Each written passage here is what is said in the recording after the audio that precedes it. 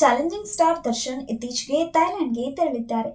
ಬೆಂಗಳೂರಿನ ಕೆಂಪೇಗೌಡ ಅಂತಾರಾಷ್ಟ್ರೀಯ ವಿಮಾನ ನಿಲ್ದಾಣದಲ್ಲಿ ದರ್ಶನ್ ಕುಟುಂಬದೊಂದಿಗೆ ಕಾಣಿಸಿಕೊಂಡ ದೃಶ್ಯ ಇದೀಗ ಸೋಷಿಯಲ್ ಮೀಡಿಯಾದಲ್ಲಿ ವೈರಲ್ ಆಗಿದೆ.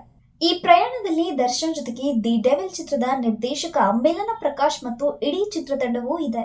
ಬ್ಯಾಂಕಾಕ್ನಲ್ಲಿ ದಿ ಡೆವಿಲ್ ಚಿತ್ರದ ಹಾಡೊಂದರ ಚಿತ್ರೀಕರಣ ನಡೆಯಲಿದೆ.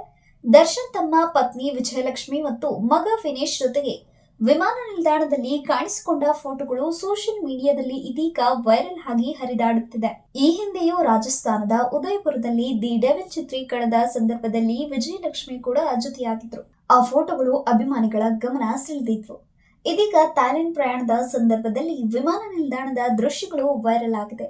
ದಿ ಡೆವಿಲ್ ಚಿತ್ರವು ದರ್ಶನ್ ಅವರ ಬಹುನಿರೀಕ್ಷಿತ ಪ್ರಾಜೆಕ್ಟ್ ಆಗಿದ್ದು, ಮಿಲನ ಪ್ರಕಾಶ್ ನಿರ್ದೇಶನದಲ್ಲಿ ಜೈ ಮಾತಾ ಕಂಬೈನ್ಸ್ ನಡಿ ಈ ಸಿನಿಮಾ ನಿರ್ಮಾಣವಾಗುತ್ತಿದೆ. ಚಿತ್ರದ ಟಾಕಿ ಪೋರ್ಷನ್ ನ ಚಿತ್ರೀಕರಣ ಈಗಾಗಲೇ ಪೂರ್ಣಗೊಂಡಿದೆ. ಇದೀಗ ಥೈಲ್ಯಾಂಡ್ನಲ್ಲಿ ಹಾಡಿನ ಚಿತ್ರೀಕರಣದೊಂದಿಗೆ ಚಿತ್ರದ ಒಟ್ಟಾರೆ ಶೂಟಿಂಗ್ ಕೊನೆಗೊಳ್ಳಲಿದೆ ಎಂದು ಹೇಳಲಾಗುತ್ತಿದೆ. ಚಿತ್ರದುರ್ಗ ಮೂಲದ ರೇಣುಕಾಸ್ವಾಮಿ ಕೊಲೆ ಪ್ರಕರಣಕ್ಕೆ ಸಂಬಂಧಿಸಿದಂತೆ ದರ್ಶನ್ ಮತ್ತು ಸಹಚರರ ಜಾಮೀನು ಭವಿಷ್ಯ ಎಂದು ಸುಪ್ರೀಂ ಕೋರ್ಟ್ನಲ್ಲಿ ನಿರ್ಧಾರ ಆಗಲಿದೆ. 2024ರ ಡಿಸೆಂಬರ್ನಲ್ಲಿ ಆರೋಪಿಗಳಿಗೆ ಕರ್ನಾಟಕ ಹೈಕೋರ್ಟ್ ಜಾಮೀನು ನೀಡಿತ್ತು. ಆದರೆ ಅದನ್ನು ಪ್ರಶ್ನಿಸಿ ರಾಜ್ಯ ಸರ್ಕಾರವು ಸುಪ್ರೀಂ ಕೋರ್ಟ್ನಲ್ಲಿ ಮೇಲ್ಮನವಿ ಸಲ್ಲಿಸಿತ್ತು.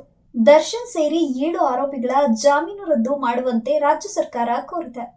ಅದಕ್ಕೆ ಸಂಬಂಧಿಸಿದಂತೆ ಜುಲೈ 17ರಂದು ವಿಚಾರಣೆ ನಡೆಯಲಿದೆ. 2024ರ ಜೂನ್ನಲ್ಲಿ ರೇಣುಕಾಸ್ವಾಮಿ ಶವ ಪತ್ತೆ ಆದ ನಂತರ ದರ್ಶನ್ ಹಾಗೂ ಇತರ ಆರೋಪಿಗಳನ್ನು ಬಂಧಿಸಲಾಗಿತ್ತು.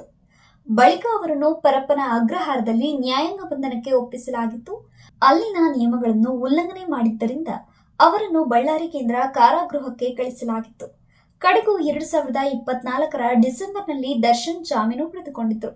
ದರ್ಶನ್ ಪ್ರಭಾವಿ ವ್ಯಕ್ತಿ ಆದ ಕಾರಣ ಅವರು ಸಾಕ್ಷಿಗಳ ಮೇಲೆ ಪ್ರಭಾವ ಬೀರುವ ಸಾಧ್ಯತೆ ಇದೆ ಎಂಬ ಕಾರಣದಿಂದ ಅವರಿಗೆ ನೀಡಿರುವ ಜಾಮೀನನ್ನು ರಾಜ್ಯ ಸರ್ಕಾರ ಪ್ರಶ್ನಿಸಿದೆ. ಜಾಮೀನು ರದ್ದು ಮಾಡುವಂತೆ ಕೋರಿ ಸುಪ್ರೀಂ ಕೋರ್ಟ್ನಲ್ಲಿ ಮೇಲ್ಮನವಿ ಸಲ್ಲಿಸಲಾಗಿದೆ. ಸುಪ್ರೀಂ ಕೋರ್ಟ್ ಯಾವ ಆದೇಶ ನೀಡಲಿದೆ ಎಂಬುದರ ಮೇಲೆ ದರ್ಶನ್ ಮತ್ತು ಇತರ ಆರೋಪಿಗಳ ಭವಿಷ್ಯ ನಿರ್ಧಾರ ಆಗಲಿದೆ. ನಟ ಯಶ್ರ ತಾಯಿ ಪುಷ್ಪಾ ಅರುಣ್ ಕುಮಾರ್ ನಿರ್ಮಾಣದ ಕೊತ್ತಲವಾಡಿ ಸಿನಿಮಾ ರಿಲೀಸ್ಗೆ ಸಜ್ಜಾಗಿದೆ. ಸದ್ಯ ಈ ಚಿತ್ರದ ಪ್ರಮೋಷನ್ ಕಾರ್ಯಗಳಲ್ಲಿ ಇಡೀ ತಂಡ ಬ್ಯುಸಿಯಾಗಿದೆ. ಹೊಸಬರಿಗೆ ಅವಕಾಶ ನೀಡಿ ಅವರ ಕನಸುಗಳಿಗೆ ಬೆಂಬಲ ನೀಡುವ ಗುರಿಯನ್ನು ಹೊಂದಿರುವ ನಿರ್ಮಾಪಕಿ ಪುಷ್ಪಾ ಅರುಣ್ ಕುಮಾರ್ ಈ ಬಗ್ಗೆ ಹಲವು ವಿಚಾರಗಳನ್ನು ಹಂಚಿಕೊಂಡಿದ್ದಾರೆ. ನಟ ಯಶ್ರ ತಾಯಿ ಪುಷ್ಪಾ ಅವರು ಪಕ್ಕ ಅಣ್ಣವರ ಅಭಿಮಾನಿ. ಈಗಿನ ಜನರೇಷನ್ನ ಯಾವ ನಟರಿಗೆ ಸಿನಿಮಾ ಮಾಡ್ತೀರಾ ಎಂಬ ಪ್ರಶ್ನೆಗೆ ನಾನು ಒಂದು ಬಜೆಟ್ಗೆ ರೆಡಿ ಇರ್ತೇನೆ. ಯಶ್ಗೆ ಸಿನಿಮಾ ಮಾಡಬೇಕು ಅಂತಂದ್ರೆ 2,000 ಕೋಟಿ ರೂಪಾಯಿ ಬೇಕು. ಯಾಕಂದ್ರೆ ಕತೆ ಡಿಮ್ಯಾಂಡ್ ಮಾಡುತ್ತದೆ. ಮೊದಲಿನಂತೆ ಯಶ್ನ ಮತ್ತೆ ತೆರೆ ಮೇಲೆ ನೋಡೋಕೆ ಯಾರು ಕೂಡ ಇಷ್ಟಪಡಲ್ಲ. ದೊಡ್ಡ ಮಟ್ಟದ ಸಿನಿಮಾದಲ್ಲಿ ಅವನನ್ನು ನೋಡೋಕೆ ಜನರು ಇಷ್ಟಪಡುತ್ತಾರೆ. ಈಗ ನಾನು ಮುಂದಿನ ದಿನಗಳಲ್ಲಿ ಇದೇ ಬಜೆಟ್ಗೆ ಸಿನಿಮಾ ಮಾಡ್ತೀನಿ ಅಂತಂದ್ರೆ ಜನ ಒಪ್ಪಿಕೊಳ್ಳುವುದಿಲ್ಲ. ಬಜೆಟ್ ಜೊತೆಗೆ ಕಥೆಯಲ್ಲೂ ಚೇಂಜಸ್ ಇರಬೇಕು ಎಂದಿದ್ದಾರೆ ಪುಷ್ಪಾ ಅರುಣ್ ಕುಮಾರ್. ಯಶ್ ಈಗ ತುಂಬಾ ದೂರ ಹೋಗಿದ್ದಾರೆ. ನಮ್ಮ ಸುದೀಪ್ ಹಾಗೂ ದರ್ಶನ್ಗೆ ಸಿನಿಮಾ ಮಾಡಲು ತುಂಬಾ ಪ್ರೊಡ್ಯೂಸರ್ಸ್ ಇದ್ದಾರೆ. ಹೊಸಬರಿಗೆ ನಾನು ಅವಕಾಶ ನೀಡುವ ಗುರಿ ಹೊಂದಿದ್ದೇನೆ ಎಂದು ಪುಷ್ಪಾ ಅರುಣ್ ಕುಮಾರ್ ಯೂಟ್ಯೂಬ್ ಚಾನೆಲ್ ಒಂದಕ್ಕೆ ನೀಡಿದ ಸಂದರ್ಶನದಲ್ಲಿ ಮಾಹಿತಿ ಹಂಚಿಕೊಂಡಿದ್ದಾರೆ.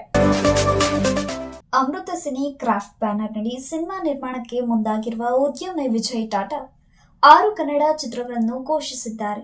ಇವುಗಳಲ್ಲಿ ಕೃಷ್ಣ ಅಜಯ್ ರಾವ್ ನಿರ್ದೇಶನ ಹಾಗೂ ನಟನಾಗಿ ಅಭಿನಯಿಸುತ್ತಿರುವ ಚಿತ್ರ, ಮರ್ಫಿ ನಿರ್ದೇಶಕ BSP Varma, Vinay Rajkumar combination cinema, simple Suni ನಿರ್ದೇಶನದ ಚಿತ್ರ, ವಿಕ್ರಮ್ ರವಿಚಂದ್ರನ್ ಅವರೊಂದಿಗೆ ರಿಷಬ್ ಆರ್ಯ ಅವರ ಚಿತ್ರಗಳು ಸೇರಿವೆ.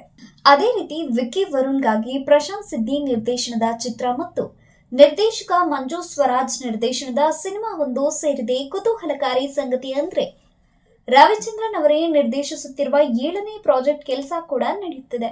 ಇತ್ತೀಚೆಗೆ ನಡೆದ ಸಮಾರಂಭದಲ್ಲಿ ಈ ಚಿತ್ರಗಳ ಘೋಷಣೆ ಮಾಡಲಾಯಿತು. ಸಚಿವರಾದ ದಿನೇಶ್ ಗುಂಡೂರಾವ್ ಮತ್ತು Ramalinga Reddy, crazy star V Ravichandran, Srimurali ಮತ್ತು ಸಂಗೀತ ನಿರ್ದೇಶಕ ಹಂಸಲೇಖ ಅವರೊಂದಿಗೆ ಕೃಷ್ಣ ಅಜಯ್ ರಾವ್, ಶರಣ್ ಸುನಿ, ರಾಗಿಣಿ ದ್ವಿವೇದಿ, ನಿರೂಪ್ ಭಂಡಾರಿ, ರಾಜವರ್ಧನ್ ಮತ್ತಿತರರು ಸಮಾರಂಭದಲ್ಲಿ ಉಪಸ್ಥಿತರಿದ್ದರು. ಪಂಜಾಬ್ ಮೂಲದ ವಿಜಯ್ ಟಾಟಾ ಅವರ ಪತ್ನಿ ಅಮೃತಾ ಟಾಟಾ ಅವರು ಕರ್ನಾಟಕದೊಂದಿಗೆ ಉತ್ತಮ ಬಾಂಧವ್ಯವನ್ನು ಹೊಂದಿದ್ದು, ಚಿತ್ರ ನಿರ್ಮಾಣದ ಮಹತ್ವಾಕಾಂಕ್ಷೆಯನ್ನು ಕನ್ನಡದಿಂದಲೇ ಆರಂಭಿಸಿದ್ದಾರೆ. ಚಿನ್ನಾರಿ ಮುತ್ತ ವಿಜಯ್ ರಾಘವೇಂದ್ರ ಅವರು ಪತ್ನಿಯನ್ನ ಕಳೆದುಕೊಂಡಿದ್ದಾರೆ. ಸ್ಪಂದನಾ ಅವರು 2023ರ ಆಗಸ್ಟ್ನಲ್ಲಿ ಥೈಲ್ಯಾಂಡ್ನ ಬ್ಯಾಂಕಾಕ್ನಲ್ಲಿ ನಿಧನ ಹೊಂದಿದ್ರು. ಇದಾದ ಬಳಿಕ ಅವರ ಎರಡನೇ ಮದುವೆ ಬಗ್ಗೆ ಸಾಕಷ್ಟು ಚರ್ಚೆಗಳು ನಡೆದಿವೆ. ಮೇಘ್ನಾ ರಾಜ್ ಜೊತೆ ವಿಜಯ್ ರಾಘವೇಂದ್ರ ಹೆಸರು ಹೆಚ್ಚು ತಳಕು ಹಾಕಿಕೊಳ್ಳುತ್ತಿದೆ. ಈ ವಿಚಾರಗಳ ಬಗ್ಗೆ ವಿಜಯ್ ರಾಘವೇಂದ್ರ ಅವರು ಒಲ್ಲದ ಮನಸ್ಸಿನಿಂದ ಸ್ಪಷ್ಟೀಕರಣ ನೀಡಿದ್ದಾರೆ. ಮೇಘ್ನಾ ರಾಜ್ ಹಾಗೂ ವಿಜಯ್ ರಾಘವೇಂದ್ರ ಮಧ್ಯೆ ಒಳ್ಳೆಯ ಗೆಳೆತನ ಇದೆ. ಮೇಘನಾ ಅವರ ಪತಿ ಚಿರಂಜೀವಿ ಸರ್ಜಾ ಈ ಮೊದಲು ನಿಧನ ಹೊಂದಿದ್ರು. ಈ ಕಾರಣದಿಂದಲೇ ಕೆಲ ಫ್ಯಾನ್ಸ್ ಇವರಿಬ್ಬರು ಮದುವೆ ಆದ್ರೆ ಚೆನ್ನಾಗಿರುತ್ತದೆ ಎಂದುಕೊಂಡ್ರು. ಕೆಲ ಯೂಟ್ಯೂಬರ್ಗಳು ಕೆಳ ಹಂತಕ್ಕೆ ಹೋಗಿ ಮೇಘನಾ ಹಾಗೂ ವಿಜಯ್ ವಿವಾಹ ಆಗುತ್ತಿದ್ದಾರೆ ಎಂದು ಸುಳ್ಳು ಸುದ್ದಿ ಹಬ್ಬಿಸಿದ್ರು. ಈ ವಿಚಾರ ವಿಜಯ್ಗೆ ಬೇಸರ ಮೂಡಿಸಿದೆ.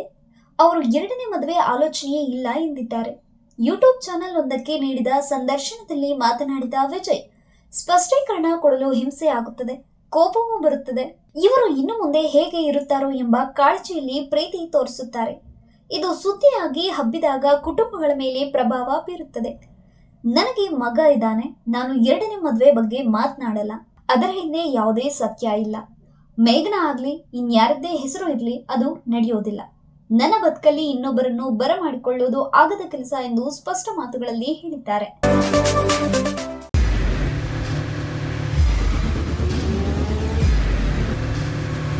ಪ್ರಜಾಮಾರ್ಗ ನ್ಯೂಸ್, ಇದು ಜನಸಾಮಾನ್ಯರ ಧ್ವನಿ. ನಮಸ್ಕಾರ.